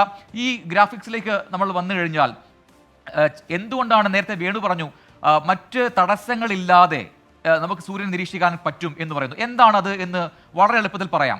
ഈ ഗ്രാഫിക്സിൽ നോക്കുക, അവിടെ നമുക്ക് കാണാം ഭൂമിയെ ചുറ്റിക്കറങ്ങുന്ന ചന്ദ്രൻ, അത് 3.6 ലക്ഷം കിലോമീറ്റർ അകലെ മാത്രമാണ്. പക്ഷേ ലഗ്രാഞ്ച് പോയിന്റ് 1 എന്ന് പറയുന്ന L1 എന്ന് പറയുന്ന ആ പൊസിഷൻ 15 ലക്ഷം കിലോമീറ്റർ വെളിയിലാണ്. അതായത് ചന്ദ്രൻ ഭൂമിയെ ചുറ്റിക്കറങ്ങുന്നുണ്ട്, പക്ഷേ ഒരു കാരണവശാലും ഈ പറയുന്ന L1 അത്രയും എത്തില്ല. അതായത് ആദിത്യ L1 സ്ഥിതി ചെയ്യുന്ന L1 നിന്നും പിന്നീട് അങ്ങോട്ട് സൂര്യൻ മാത്രമേ ഉള്ളൂ. അതിനിടയിൽ മറ്റു ഗോളങ്ങൾ ഒന്നും തന്നെ ഇല്ല, തടസ്സമായി വരില്ല. അതായത് ഒരു എക്ലിപ്സ് പോലും, ഈ ഒരു ഭ്രമണം പോലെ, ഒരു എക്ലിപ്സ് പോലും, സൂര്യഗ്രഹണം പോലും ബാധിക്കില്ല ആദിത്യ L1 എന്നുള്ളതാണ് ഏറ്റവും പ്രധാനപ്പെട്ട കാര്യം. അങ്ങനെ ഒരു തടസ്സമേതുമില്ലാതെ 5 വർഷക്കാലം ഒരേ പാതയിൽ സൂര്യനെ നിരീക്ഷിക്കാൻ വേണ്ടി സാധിക്കുമെന്നതാണ് ഇതിന്റെ ഏറ്റവും പ്രധാനപ്പെട്ട കാര്യം. അതിനാണ് ഈ പറയുന്ന ലഗ്രാഞ്ച് പോയിന്റുകൾ തെരഞ്ഞെടുത്തത്. അതിൽ L1 എന്ന് പറയുന്ന പോയിന്റിലാണ് ഇപ്പോൾ ആദിത്യ L1 എന്ന പേടകം സ്ഥിതി ചെയ്യുന്നത്. ഇനിയുള്ള നിമിഷങ്ങൾ ഈ ഹാലോ ഓർബിറ്റിൽ കറങ്ങിക്കൊണ്ട് സൂര്യനെ നിരീക്ഷിക്കുക, അതിന്റെ വിവരങ്ങൾ കൃത്യമായി ഭൂമിയിലേക്ക് എത്തിക്കുക എന്നുള്ളതാണ്. വീണു, പ്രജിൻ, ഈ തുടർന്നുള്ള ഈ സ്ഥിതി ഉറപ്പിക്കൽ, ഈ പാർക്കിംഗ് ഉൾപ്പെടെയുള്ള കാര്യങ്ങളിൽ വലിയ വെല്ലുവിളി ഇനി നമ്മുടെ മുന്നിലുണ്ടോ? ഈ കാര്യത്തിൽ നാസ അടക്കം സഹായിക്കുക എന്ന് പറയുന്ന സാഹചര്യമുണ്ട് എന്ന റിപ്പോർട്ടുകൾ ഉണ്ടായിരുന്നു. അങ്ങനെയുണ്ടോ? മാത്രവുമല്ല, ഏതാണ്ട് 1 മാസത്തോളം എടുത്തേക്കാം കൃത്യമായൊരു സ്ഥാനം ഉറപ്പിക്കാൻ, എന്നിട്ടാകും സൂര്യനെ നിരീക്ഷിച്ചുള്ള സമഗ്രമായ പഠനത്തിലേക്ക് ആദിത്യ L1 കടക്കുക എന്നും പറയുന്നു. എന്തായിരിക്കാം ഇനി അടുത്തടുത്ത ഘട്ടങ്ങൾ? വേണോ, അതിൽ ഏറ്റവും പ്രധാനപ്പെട്ട കാര്യം നേരത്തെ പറഞ്ഞതുപോലെ ഈ L1 എന്ന് പറയുന്ന ആ ഒരു മേഖലയെ കൃത്യമായി മനസ്സിലാക്കുക എന്നുള്ളതാണ്. L1 എന്ന് പറയുന്ന പോയിന്റിന്റെ ഒരു പ്രത്യേകത നേരത്തെ പറഞ്ഞതുപോലെ ഗ്രാവിറ്റേഷണൽ ഫോഴ്സ് 0 ആണെന്ന്. എന്തുകൊണ്ടാണ് വീണ്ടും നമ്മൾ അതിലേക്ക് തന്നെ ഊന്നേണ്ടതുണ്ട്. കാരണം ആ പറയുന്ന പോയിന്റിന്റെ ഒരു പ്രത്യേകതയുണ്ട്. ഗ്രാവിറ്റേഷണൽ ഫോഴ്സ് 0 ആയതുകൊണ്ട് എന്താണ് ഗുണം? അതായത് സൂര്യന്റെയും ഭൂമിയുടെയും ഗുരുത്വാകർഷണ ബലം അത് 0 ആവുന്നു. അതുകൊണ്ട് എന്താണ് നമുക്ക് ലാഭം എന്ന ചോദ്യം സ്വാഭാവികമായിട്ടുണ്ടാവുക. അതായത് ആ ബലത്തിലേക്ക് നമുക്ക് കൂടുതൽ ഫ്യൂവലിനെ കൊടുക്കേണ്ട, അതായത് ഒരു ബലം നമ്മളെ പിറകോട്ട് വലിക്കുന്നുണ്ടെങ്കിൽ അതിനെതിരെ കൂടുതൽ ഫ്യൂൽ ഉപയോഗിച്ച് വേണം മുന്നോട്ട് നീങ്ങാൻ. പക്ഷേ ഇവിടെ 0 ആവുമ്പോൾ ഭൂമിയുടെയോ സൂര്യന്റെയോ വലിവില്ലാതെ നമുക്ക് നിലകൊള്ളാൻ സാധിക്കുന്നു, 0 ആയി മാറുന്നു. പിന്നീട് ആകെ വേണ്ടത് അടുത്ത 5 വർഷക്കാലം ഇതിനെ ജ്വലിപ്പിച്ച് ഇതിനെ വർക്ക് ചെയ്യാൻ പ്രാപ്തമാക്കുന്ന ഫ്യൂൽ മാത്രമാണ്. അങ്ങനെ ഒരു ഫ്യൂൽ എഫിഷ്യൻസി എന്ന് പറയുന്ന ഒരു ഫാക്ടർ ഇതിനകത്തുണ്ട് വേണു. അതുകൊണ്ടാണ് ISRO ഈ ഒരു മേഖലയെ തിരഞ്ഞെടുക്കാനുള്ള ഒരു കാരണം. മറ്റൊന്ന് വേണു നേരത്തെ പറഞ്ഞു തന്നെയാണ്, മറ്റു തടസ്സങ്ങളില്ലാതെ ഇതിനിടയിൽ മറ്റു ഗോളങ്ങളോ ഒന്നും വരാതെ ഈ L1 എന്ന് പറയുന്ന പോയിന്റിൽ കൃത്യമായി നമുക്ക് സൂര്യൻ നിരീക്ഷിക്കാൻ വേണ്ടി സാധിക്കും. അതിന്റെ കളങ്കങ്ങൾ മനസ്സിലാക്കാൻ സാധിക്കും, അതിന് പുറത്തേക്ക് വരുന്ന ജ്വാലയുടെ സ്വഭാവം മനസ്സിലാക്കാൻ വേണ്ടി സാധിക്കും. ഇതെല്ലാമാണ് 2 പ്രധാനപ്പെട്ട കാരണങ്ങൾ എന്ന് പറയാം. ഇനി ഈ പറയുന്ന ഹാലോ ഓർബിറ്റ് എന്താണെന്ന് നോക്കാം. ഈ L1 എന്ന് പറയുന്ന ആ പോയിന്റിൽ ഗുരുത്വാകർഷണ ബലം 0 ആണ്, ഗ്രാവിറ്റേഷണൽ ഫോഴ്സ് 0 ആണ്. ആ 0 ഫോഴ്സ് അനുഭവപ്പെടുന്ന മേഖല എത്രമാത്രമുണ്ട് അത്രയും ദൂരം ഈ പേടകത്തിന് സഞ്ചരിക്കാം. ആ ദൂരത്തിന് കഴിഞ്ഞു കഴിഞ്ഞാൽ ഒരു പക്ഷേ സൂര്യന്റെയോ ഭൂമിയുടെയോ ഗ്രാവിറ്റേഷണൽ ഫോഴ്സ് അനുഭവപ്പെടാം, ചെറുതായിട്ടെങ്കിലും. അതുകൊണ്ട് അതുപോലും മൈന്യൂട്ടായിട്ട് ഒഴിവാക്കാനാണ് ഈ കാലതാമസം. അത് കൃത്യമായി മനസ്സിലാക്കി കഴിഞ്ഞാൽ ഒരു ഹാലോ ഓർബിറ്റിലേക്ക് നമുക്ക് ഇതിനെ പ്രവേശിപ്പിക്കാൻ വേണ്ടി കഴിയും. പിന്നീടുള്ള സമയങ്ങളിൽ വളരെ കൃത്യമായിട്ട് സൂര്യനെ മാത്രം നിരീക്ഷിച്ചുകൊണ്ട് ഭൂമിയുടെ അതേ വേഗത്തിൽ സൂര്യനെ ചുറ്റിക്കറങ്ങിക്കൊണ്ട് അതിനെ നിരീക്ഷിക്കാൻ സാധിക്കും എന്നതാണ് ഇതിന്റെ പ്രത്യേകത. വേണം പ്രജിൻ, ഇപ്പോൾ 7 പേലോഡുകൾ, അതും തദ്ദേശീയമായി വികസിപ്പിച്ച പേലോഡുകളാണ് ഈ പേടകത്തിലുള്ളത്. 4 എണ്ണം സൂര്യ പഠനത്തിന്, പിന്നെ 3 എണ്ണം ലഗ്രാഞ്ച് 1ന്റെ സവിശേഷത പഠിക്കാൻ. അപ്പോൾ ഇതെല്ലാം ഒരേ സമയം, എന്താണ് ലഗ്രാഞ്ച് 1 അതിൻ്റെ സവിശേഷത, അതേസമയം തന്നെ സൗരദൗത്യം, രണ്ടും ഒരേപോലെ തന്നെ ലഭിക്കുക എന്നതാണോ ഇനി നാം പ്രതീക്ഷിക്കുന്നത്? തീർച്ചയായിട്ടും അതൊരു വലിയ വെല്ലുവിളിയാണ്. കാരണം ഒരേ സമയത്ത് 2 പഠനങ്ങൾ നടത്തുക, ഒരേ ഡിവൈസിൽ നിന്നോ അല്ലെങ്കിൽ ഒരേ പേടകത്തിലുള്ള പേലോഡുകൾ ഉപയോഗിച്ചുകൊണ്ട് 2 വ്യത്യസ്ത പഠനങ്ങൾ നടത്തുക, അത് രണ്ടും 2 സ്വഭാവമാണ്. അതുകൊണ്ട് തന്നെ അത് ഒരു നാഴികക്കല്ലാണ്. അങ്ങനെ അത് വിജയകരമായി പൂർത്തിയാക്കാൻ കഴിഞ്ഞെങ്കിൽ ഒരുപക്ഷെ ഇന്ത്യ ആയിരിക്കാം അല്ലെങ്കിൽ ISRO ആയിരിക്കാം അങ്ങനെ ഒരു പഠനം നടത്തുന്ന ഒരേയൊരു ബഹിരാകാശ ഏജൻസി എന്ന് പറയാം. മറ്റിപ്പോൾ സൂര്യനെയൊക്കെ നിരീക്ഷിക്കാൻ നാസയുടെയൊക്കെ തന്നെ ഇതുപോലുള്ള പേടകങ്ങൾ ഈ ലഗ്രാഞ്ച് പോയിന്റുകളിൽ ഉണ്ട്. പക്ഷേ ഇത് ലഗ്രാഞ്ച് പോയിന്റിനെ കുറിച്ചും പഠിക്കുന്നു, അതേസമയം സൂര്യന്റെ ഈ പറയുന്ന പ്രത്യേകതയെക്കുറിച്ചും പഠിക്കുന്നുണ്ട്. അതുകൊണ്ട് തന്നെയാണ് അത് ഏറ്റവും പ്രധാനപ്പെട്ട ഒന്നായി മാറുന്നത്. ഈ പറയുന്ന ഗ്രാഫിക്സ് അത് കുറച്ചുകൂടി വ്യക്തമായിട്ട് മനസ്സിലാവും. ഈ ഹാലോ ഓർബിറ്റ് എന്താണ്, ഭൂമിയിൽ നിന്ന് എത്രമാത്രം അകലെയാണ്, അവിടെ ഒരു ഹാലോ ഓർബിറ്റിൽ എങ്ങനെയായിരിക്കും ഈ പേടകം ചുറ്റിക്കറങ്ങുക എന്നൊക്കെ മനസ്സിലാക്കാൻ ഒരുപക്ഷെ ഈ ഗ്രാഫ് സഹായകമാകും. നമ്മളിപ്പോൾ കാണിക്കുന്ന ഈ പറയുന്ന L1 എന്നുള്ള പോയിന്റിൽ കാണാം, അവിടെയാണ് ഇപ്പോൾ ആദിത്യ L1 ഉള്ളത്, അവിടെയാണ് ചുറ്റിക്കറങ്ങാൻ പോകുന്നത്. അവിടെ നിന്നാണ് സൂര്യനെ നിരീക്ഷിക്കാൻ വേണ്ടി പോകുന്നത്. ഇങ്ങനെ L1, L2, L3, L4 ഒക്കെ അവിടെ കാണാം. ആ പോയിന്റുകളിലെല്ലാം തന്നെ ഈ പറയുന്ന ഗ്രാവിറ്റേഷണൽ ഫോഴ്സ് 0 ആണ്.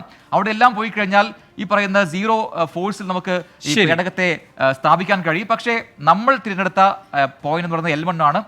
15 ലക്ഷം കിലോമീറ്റർ മാത്രം അകലെയുള്ള ആ L1 നിന്നാണ് ഇപ്പോൾ ആദിത്യ ഇനി പഠനങ്ങൾ നടത്താൻ വേണ്ടി പോകുന്നത്. ശരി, പ്രജിൻ സി കണ്ണാണ് വിശദാംശങ്ങൾ നൽകിക്കൊണ്ടിരിക്കുന്നത്. ആദിത്യ L1 ലക്ഷ്യസ്ഥാനത്ത് എത്തിയിരിക്കുന്നു. ലഗ്രാഞ്ച് 1-ന് ചുറ്റുമുള്ള ഭ്രമണ പഥത്തിൽ കൃത്യമായി എത്തപ്പെട്ടിരിക്കുന്നു. ഇനിയിപ്പോൾ അടുത്ത 5 വർഷത്തിലധികം നീളുന്ന ദൗത്യത്തിലേക്കാണ് ISRO ചുവടുവയ്ക്കുന്നത്. സൗര ദൗത്യത്തിൽ വിജയകരമായ മുഹൂർത്തമാണ് രാജ്യത്തിന് ഇത്. ഇന്ന് സംഭവിച്ചത് തുടരുന്നു. എറണാകുളം ചേരാനെല്ലൂരിൽ റിട്ടയർഡ് SI ഭാര്യയെയും മാതാവിനെയും കുത്തിപ്പരിക്കേൽപ്പിച്ച ശേഷം തൂങ്ങി മരിച്ചു. ചേരാനെല്ലൂർ സ്വദേശി ഗോപിയാണ് മരിച്ചത്. ഭാര്യ രാജശ്രീ, മാതാവ് ആനന്ദവല്ലി എന്നിവർക്കാണ് പരിക്കേറ്റത്. ഇരുവരും തീവ്രപരിചരണ വിഭാഗത്തിൽ ചികിത്സയിലാണ്.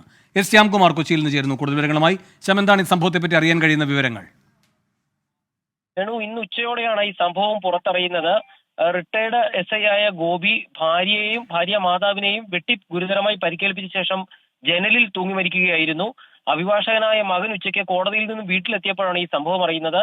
ഗുരുതരമായി പരിക്കേറ്റ രണ്ടുപേരെയും ആസ്റ്റർ ആശുപത്രിയിൽ പ്രവേശിപ്പിച്ചിരിക്കുകയാണ്. ഇവരുടെ നില അതീവ ഗുരുതരമാണെന്നാണ് ഡോക്ടർമാർ പറയുന്നത്.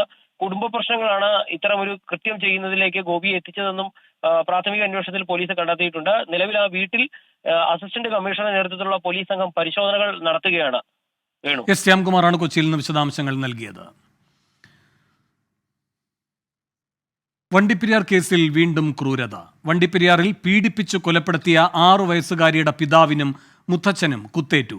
ഇരുവരെയും ആക്രമിച്ചത് കേസിൽ കോടതി വെറുതെ വിട്ട അർജുന്റെ പിതൃ സഹോദരൻ പാൽരാജാണ്. വണ്ടിപ്പെരിയാർ ടൗണിൽ വാക്കുതർക്കത്തിനിടെയാണ് ഇരുവർക്കും കുത്തേറ്റത്. പരിക്കേറ്റ രണ്ടുപേരെയും കോട്ടയം മെഡിക്കൽ കോളേജിലേക്ക് മാറ്റി. ഇരുവരുടെയും ആരോഗ്യനില തൃപ്തികരമെന്ന് ആശുപത്രി അധികൃതർ അറിയിച്ചു. ധർമ്മപുരിലൊരു മരണം ഉണ്ടായിരുന്നു ബന്ധുവിൻ്റെ വീട്ടിൽ. അതിനുവേണ്ടി ഞാനും എൻ്റെ അച്ഛനും കൂടെ സ്കൂട്ടിക്ക് അങ്ങോട്ട് പോലീസ് സ്റ്റേഷൻ്റെ ഭാഗത്ത് വഴിയാണ് പോകുന്നത്. അങ്ങനെ പോകുമ്പോൾ ഈ അർജുനൻ്റെ ചിറ്റപ്പൻ ബാബു എന്ന് പറഞ്ഞ പാൽരാജ് അവിടെ നിന്ന് ഇങ്ങോട്ട് വന്നുകൊണ്ടിരിക്കുന്നു. അപ്പോൾ നമ്മളെ കണ്ടിട്ട് കൈ കൊണ്ട് ഇങ്ങനെ കാണിക്കുന്നു. ഞാൻ വണ്ടി നിർത്തിയിട്ട് എന്നാടാന്ന് ചോദിച്ചിട്ട് അങ്ങോട്ട് പോയപ്പോഴത്തേന് ഇവൻ പാക്കറ്റിൽ നിന്ന് കത്തി പോലത്തെ സാധനം എടുത്തിട്ട് കുത്തു കാണിച്ചു. ഞങ്ങൾ അങ്ങോട്ട് ഇങ്ങോട്ട് തല്ലപ്പെടുത്തേന് ഞങ്ങൾ അന്നേരം അറിഞ്ഞില്ല എൻ്റെ കയ്യിൽ ഇങ്ങനെ ഒരു സാധനം കൊണ്ട് കുത്തുന്നത്. അപ്പം ആൾക്കാരൊന്ന് പിടിച്ചു മാറ്റി ഇങ്ങനെ നോക്കുന്ന എല്ലാം ബ്ലഡ് ദേഹത്തെല്ലാം കുത്തിയിട്ടുണ്ടെന്നുള്ള കാര്യം. ആക്രമണത്തിന് ശേഷം പാൽരാജ് CPIM ഓഫീസിലേക്ക് ഓടിക്കയറിയെന്ന് പെൺകുട്ടിയുടെ പിതാവിന്റെ സഹോദരൻ 24-നോട് പറഞ്ഞു.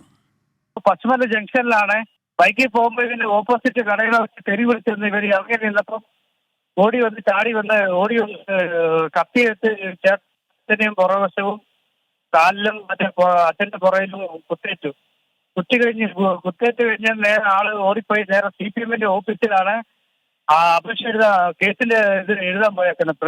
കുത്തിയാണ് അർജുന്റെ ചിറ്റപ്പൻ അപ്പന്റെ അനിയൻ. കാലില് പരിക്കേറ്റിട്ടുണ്ട്, 2 തുടയിലും പിന്നെ മുതുകിന്റെ പുറവശം ഹൈറ്റിൽ ഒരു പോറലായിട്ടുണ്ട്. ആക്രമണം നടത്തിയ പാൽരാജിനെ പോലീസ് കസ്റ്റഡിയിലെടുത്തു. വിഷ്ണു സുരേഷ് ഇടുക്കിയിൽ നിന്ന് കൂടുതൽ വിവരങ്ങളുമായി ചേരുന്നു. വിഷ്ണു സുരേഷ്, ഈ കുത്തേറ്റവരുടെ നില ഇപ്പോൾ എങ്ങനെയാണ്? ഹൈക്കോടതി ഇടപെട്ട് സുരക്ഷ വരെ നിർദ്ദേശിച്ചിരുന്നാണല്ലോ, എന്നിട്ടും ഈ സംഭവം ഉണ്ടായത് എങ്ങനെയാണ്? കുത്തേറ്റവരുടെ ആരോഗ്യനില സംബന്ധിച്ച് ആശങ്കപ്പെടേണ്ട സാഹചര്യമില്ല. അവരെ നിലവിൽ കോട്ടയം മെഡിക്കൽ കോളേജിലേക്ക് മാറ്റിയിട്ടുണ്ട്. ആരോഗ്യനില തൃപ്തികരമാണ് എന്നാണ് ലഭിക്കുന്ന വിവരം. ഇവരുടെ സുരക്ഷയുമായി ബന്ധപ്പെട്ട് വീഴ്ച സംഭവിച്ചിട്ടുണ്ടെന്ന കാര്യത്തിൽ ഒരു പരിശോധന നടക്കുന്നുണ്ട്. ഒരുപക്ഷെ ST തന്നെ ഔദ്യോഗികമായി അതുമായി ബന്ധപ്പെട്ടുള്ള അന്വേഷണത്തിന് ഉത്തരവിടുമെന്നാണ് ഈ ഘട്ടത്തിൽ നമ്മൾ മനസ്സിലാക്കുന്നത്. അതിദാരുണമായ സംഭവമാണ്. കഴിഞ്ഞ ദിവസം മുഖ്യമന്ത്രി ഉൾപ്പെടെ കണ്ട് ഈ കേസിൽ നീതി ഉറപ്പാക്കാൻ സഹായിക്കണമെന്ന് ആവശ്യപ്പെട്ടിരുന്നു. കേസ് ഹൈക്കോടതി ഫയൽ സ്വീകരിക്കുകയും ചെയ്തു. ഇതിന് പിന്നാലെ ഈ കേസ് വീണ്ടും സജീവമാകുന്ന ഒരു ഘട്ടത്തിലാണ് ഇത്തരത്തിലൊരു ആക്രമണം ഈ കുടുംബത്തിന് നേരെ ഉണ്ടായത്. അത് ആസൂത്രിതമാണോ ഇല്ലയോ എന്നുള്ളതാണ് ഇനി അറിയാനുള്ളത്. ഈ കുടുംബത്തെ വകവരുത്തി കഴിഞ്ഞാൽ കേസിന് മുന്നോട്ടുള്ള പോക്ക് അവസാനിപ്പിക്കുക എന്ന ലക്ഷ്യത്തിലാണോ ഇയാൾ ഇത്തരത്തിലൊരു കൃത്യം നടത്തിയത് എന്ന് പോലീസ് പരിശോധിക്കുന്നുണ്ട്.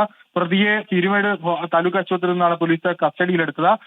പ്രതിയുമായി പീരുമേട് പോലീസ് സ്റ്റേഷനിൽ വണ്ടിപ്പെരിയാർ പോലീസ് സ്റ്റേഷനിലേക്ക് പോലീസ് തിരിച്ചിട്ടുണ്ട്. അതോടൊപ്പം തന്നെ ഈ പരിക്കേറ്റ ആളുകളുടെ മൊഴിയും രേഖപ്പെടുത്തി അല്പസമയത്തിനകം തന്നെ ഈ തിരിച്ചെത്തിയ ശേഷം എഫ്ഐആർ ഉൾപ്പെടെ രജിസ്റ്റർ ചെയ്യുമെന്നാണ് നമുക്ക് ലഭിക്കുന്ന വിവരം. അതിദാരുണമായ സംഭവമാണ് ഉണ്ടായത്. കൂടുതൽ പരിശോധനകൾ ഈ വിഷയവുമായി ബന്ധപ്പെട്ട് അന്വേഷണം ഈ വിഷയവുമായി ബന്ധപ്പെട്ട് ഉണ്ടാകും. കോൺഗ്രസ് നാളെ അവിടെ സ്ത്രീജാല മകളെ മാപ്പ് എന്ന പേരിൽ അവിടെ പരിപാടി സംഘടിപ്പിക്കുന്നുണ്ട്.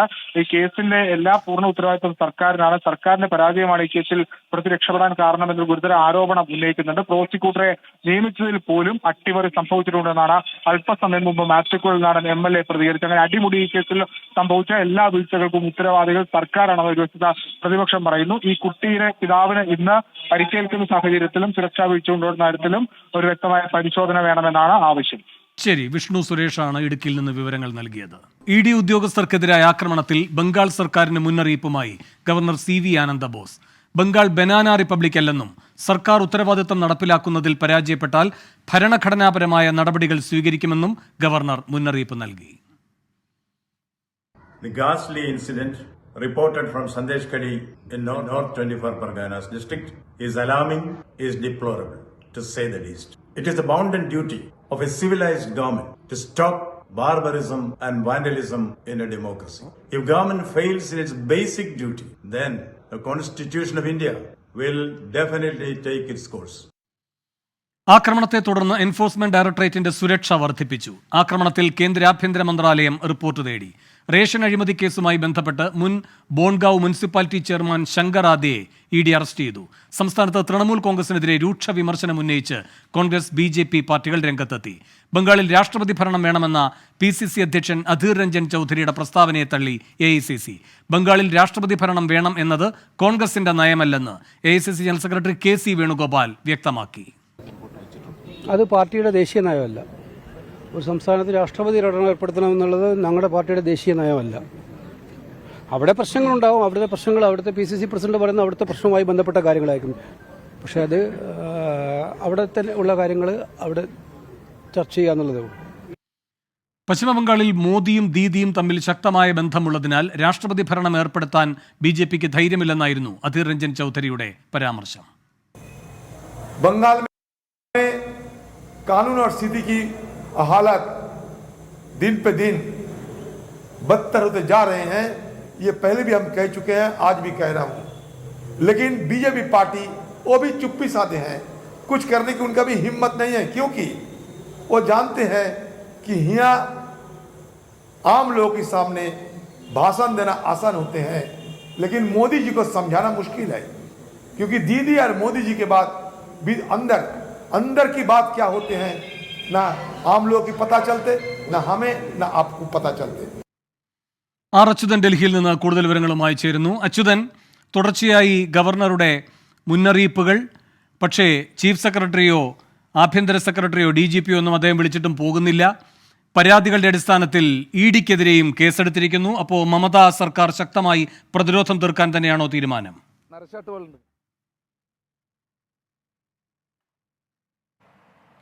വേണു, തീർച്ചയായിട്ടും ഇന്നലെ നോർത്ത് 24 പർഗാനയിലുണ്ടായ സംഭവത്തിന് പിന്നാലെ വലിയ രീതിയിലുള്ള രാഷ്ട്രീയ ആരോപണങ്ങൾ കൂടി ഉയരുകയാണ്. തൃണമൂൽ കോൺഗ്രസിനെ പ്രതിരോധത്തിലാക്കിക്കൊണ്ടുള്ള രൂക്ഷ വിമർശനങ്ങൾ പല ഭാഗത്തു നിന്നും ഉയരുന്നുണ്ട്.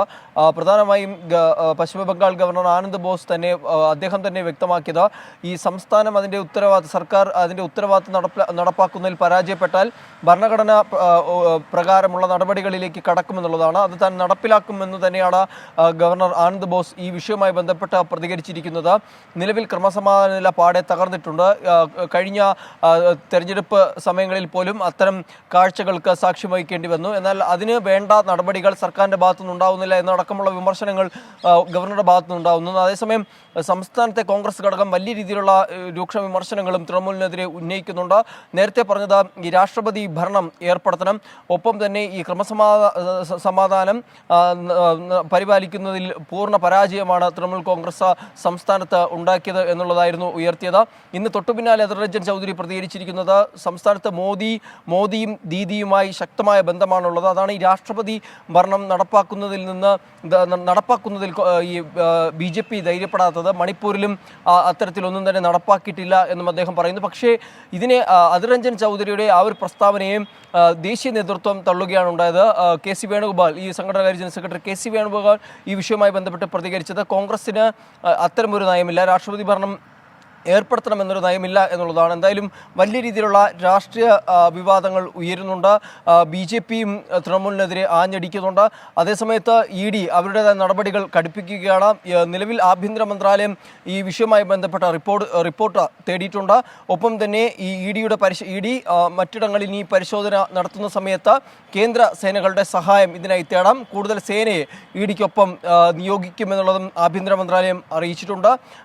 ഈ ഔദ്യോഗിക കൃത്യനിർവഹണം തടസ്സപ്പെടുത്തുന്നവർക്കെതിരെ കർശന നടപടി സ്വീകരിക്കാനാണ് ആഭ്യന്തര മന്ത്രാലയം നിർദ്ദേശിച്ചിരിക്കുന്നത്. തൊട്ടു പിന്നാലെ ED ഷാജഹാൻ ഷെയ്ഖിന്റെ ലുക്കൌട്ട് നോട്ടീസ് പുറത്തിറക്കി. ഇന്നലെ EDക്ക് നേരെ ആക്രമണമുണ്ടായതിന് പിന്നാലെയാണ് ഷാജഹാൻ ഷെയ്ഖ് ഒളിവിൽ പോയത്. അതുകൊണ്ട് തന്നെ അദ്ദേഹത്തിന് എതിരായിട്ടുള്ള ലുക്കൌട്ട് നോട്ടീസ് പുറത്തിറക്കി. ആ ലുക്കൌട്ട് നോട്ടീസ് വിമാനത്താവളങ്ങൾക്കും BSFനും ED കൈമാറിയിട്ടുണ്ട്. അങ്ങനെ കർശനമായ നടപടിയിലേക്ക് ED കടന്നിരിക്കുന്നു. ഒപ്പം പോലീസ് ഈ വിഷയവുമായി ബന്ധപ്പെട്ട സ്വമേധയാ കേസെടുത്തിട്ടുണ്ട്.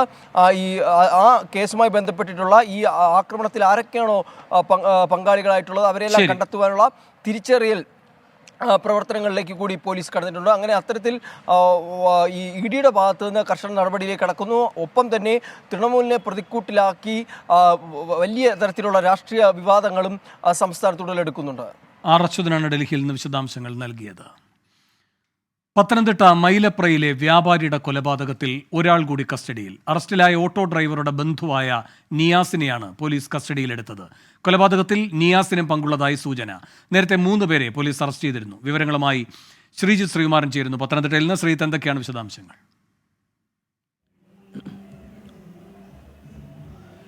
വലഞ്ചുഴിയിലെ ഓട്ടോ ഡ്രൈവറുടെ ബന്ധുവാണ് ഈ നിയാസ് എന്നാണ് വേണു ഏറ്റവും ഒടുവിൽ പോലീസ് പറയുന്നത്. ഇയാൾക്ക് കൃത്യമായ ബന്ധം ഈ കൊലപാതകത്തിൽ ഉണ്ടോ എന്ന് പോലീസ് ആദ്യഘട്ടത്തിൽ ഉറപ്പിച്ചിരുന്നില്ല. ഏറ്റവും ഒടുവിൽ പോലീസിന് ചില നിർണായകമായ വിവരങ്ങൾ ലഭിച്ചു. ഈ ജോർജ് ഉണ്ണുണ്ണിയുടെ കഴുത്തിൽ ഏതാണ്ട് 7-8 പവൻ തൂക്കം വരുന്ന വലിയൊരു സ്വർണ്ണമാലയുണ്ടായിരുന്നു. ആ സ്വർണ്ണമാല കുരിശടക്കം 7-8 പവൻ വരുമെന്നാണ് മക്കളും ബന്ധുക്കളും പറയുന്നത്. ഈ സ്വർണ്ണമാല കൃത്യമായ രീതിയിൽ വിൽക്കാനോ പണയം വെക്കാനോ ഈ പറയുന്ന നിയാസിന്റെ സഹായം ലഭിച്ചിട്ടുണ്ട് ഈ സംഘത്തിന് എന്നാണ് ഏറ്റവും ഒടുവിൽ പോലീസിന് വിവരം ലഭിച്ചിരിക്കുന്നത്. ആ ഒരു വിവരത്തിന്റെ അടിസ്ഥാനത്തിലാണ് ഇയാളെ കസ്റ്റഡിയിലെടുക്കുന്നതും ചോദ്യം ചെയ്യുന്നതും. നേരത്തെ അറസ്റ്റിലായ 3 പേർ, അതൊന്ന് താരിബ്, അയാൾ ഈ പറയുന്ന വലഞ്ചുഴി സ്വദേശിയാണ്, ഓട്ടോ ഡ്രൈവറാണ്. അയാൾ ഈ കട നേരത്തെ മൈലപ്രയിലെ കടയുമായി ബന്ധപ്പെട്ടൊക്കെ സാധനങ്ങൾ വാങ്ങിക്കാനൊക്കെ വരുന്നയാളാണ്. എന്തായാലും അയാളുടെ നേതൃത്വത്തിൽ അയാളാണ് ഈ ബുദ്ധി കേന്ദ്രമെന്ന് പോലീസ് ഉറപ്പിക്കുന്നുണ്ട്. ഇത് കൂടാതെയാണ് തമിഴ്നാട് സ്വദേശികളായ 2 പേരെ കൂടി കസ്റ്റഡിയിലെടുത്തിരിക്കുന്നവർ. തെങ്കാശിയിൽ നിന്നാണ് അവർ ഇന്നലെ കസ്റ്റഡിയിലെടുത്തത്. എന്തായാലും ഈ 3 പേരെയും ചോദ്യം ചെയ്തുകൊണ്ടിരിക്കുകയാണ്. കൂടുതൽ വിശദാംശങ്ങൾ പോലീസ് ഇപ്പോഴൊന്നും പുറത്തു വിടുന്നില്ല. രാവിലെ ഇവരെ അബാൻ ജംഗ്ഷനിൽ നിന്ന് ഇവരുടെ ഓട്ടോ, ഈ സഞ്ചരിച്ച ഓട്ടോയും പോലീസ് കസ്റ്റഡിയിലെടുത്തിരുന്നു. എന്തായാലും ഒരു ബസ്സിൽ നിന്ന് ലഭിച്ച CCTV ദൃശ്യങ്ങളാണ് ഈ ഓട്ടോയിലേക്കും പിന്നീട് ഈ പ്രതികളിലേക്കും എത്തിച്ചത് എന്ന നിർണായകമായ വിവരമാണ് ഈ ഒരു മണിക്കൂറിൽ നമുക്ക് ലഭിക്കുന്നത്. ഏറ്റവും ഒടുവിൽ ഈ നിയാസ് എന്ന ഈ ബന്ധുവിനെ കൂടി ചോദ്യം ചെയ്യുന്നു. ഇയാളെ ഇപ്പോൾ പോലീസ് പുറത്തേക്ക് കൊണ്ടുപോയിട്ടുണ്ട് പത്തനംതിട്ട പോലീസ് സ്റ്റേഷനിൽ നിന്ന്. ഒരുപക്ഷേ തെളിവെടുപ്പിനായിരിക്കാം. ഈ സ്വർണം വിറ്റോ പണയം വെച്ചോ എന്ന കാര്യത്തെക്കുറിച്ചൊരു വ്യക്തത നൽകുന്നില്ല. ആ സ്ഥാപനത്തിലേക്കായിരിക്കാം കൊണ്ടുപോയിരിക്കുന്നത് എന്നാണ് മനസ്സിലാക്കുന്നത്. എന്തായാലും ഇന്ന് തന്നെ ഈ 4 പ്രതികളുടെയും അറസ്റ്റ് പോലീസ് രേഖപ്പെടുത്താനുള്ള സാധ്യതയാണ് കാണുന്നത്. അങ്ങനെയാണെങ്കിൽ പത്തനംതിട്ട SP-യുടെ ഒരു വാർത്താ സമ്മേളനവും നമ്മൾ പ്രതീക്ഷിക്കുന്നു. വേണു ബാലകൃഷ്ണൻ. ശ്രീകുമാരനാണ് പത്തനംതിട്ടയിൽ നിന്നും വിശദാംശങ്ങളുമായി ചേർന്നത്. ഇന്ന് സംഭവിച്ചത് തുടരുന്നു. ശബരിമല നിലയ്ക്കലിൽ കണ്ടെത്തിയ മൃതദേഹം സംസ്കരിച്ചത് ആളുമാറി. മഞ്ഞത്തോട് ആദിവാസി ഊരിലെ രാമൻ എന്ന് തെറ്റിദ്ധരിച്ചാണ് അജ്ഞാത മൃതദേഹം സംസ്കരിച്ചത്. എന്നാൽ രാമനെ ഇന്ന് പത്തനംതിട്ട കോക്കത്തോട് നിന്ന് കണ്ടെത്തി. ശ്രീമാരൻ വാർത്തയുടെ വിശദാംശങ്ങളുമായി ചേരുന്നു പത്തനംതിട്ടയിൽ നിന്ന്. ശ്രീത്ത്, എന്തായിരുന്നു ഈ ആശയക്കുഴപ്പത്തിന്റെ കാരണം? എന്താണ് പോലീസ് പറയുന്നത്?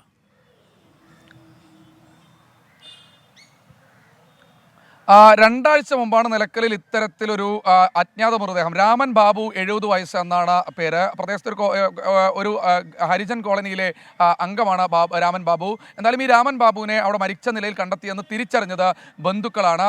ഒരു അജ്ഞാത മൃതദേഹം എന്ന തരത്തിൽ 2 ദിവസത്തോളം പഴക്കമുണ്ടായിരുന്നു ഈ മൃതദേഹത്തിന്. എന്തായാലും ബന്ധുക്കൾ തിരിച്ചറിയുന്നു. രാമൻ ബാബുവിൻ്റെ മൂത്ത മകനാണ് ഇത്തരത്തിൽ തിരിച്ചറിയുന്നത്. അതിനുശേഷം സഹോദരനെ വിളിച്ച് അറിയിക്കുന്നു. അയാളും പത്തനംതിട്ട ജനറൽ ആശുപത്രിയിൽ വെച്ച് ആംബുലൻസിൽ വെച്ചാണ് ഈ മൃതദേഹം കാണുന്നത്. അച്ഛനാണെന്ന് ഉറപ്പിച്ച് പോലീസിനോട് പറയുന്നു.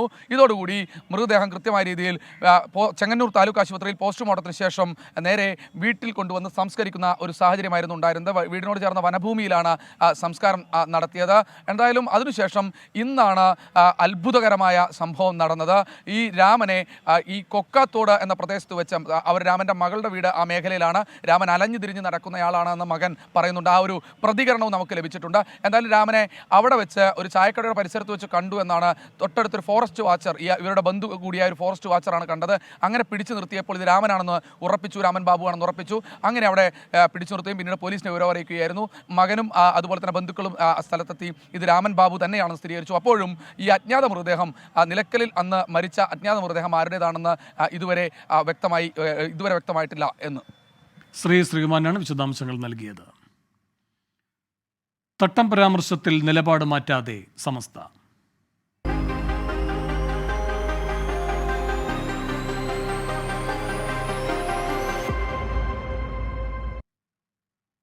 തട്ടം പരാമർശത്തിൽ സമസ്ത മുഷാവറ അംഗം ഉമർ ഫൈസി മുക്കത്തിനെതിരെ കേസെടുത്തതിന് പിന്നാലെ പരാതിക്കാരി VP സുഹറയ്ക്കെതിരെ സമസ്ത ധാർമ്മിക ബോധത്തോടെ ജീവിക്കുന്ന സ്ത്രീകളെ സുഹറ വെല്ലുവിളിക്കുന്നുവെന്നും കേസിനെ നിയമപരമായി നേരിടുമെന്നും സമസ്ത വ്യക്തമാക്കി. കൂടുതൽ വിവരങ്ങളുമായി സമീർ ബിൻ കരീം ചേരുന്നു. സമീർ, എന്താണ് സമസ്തയുടെ വെല്ലുവിളി?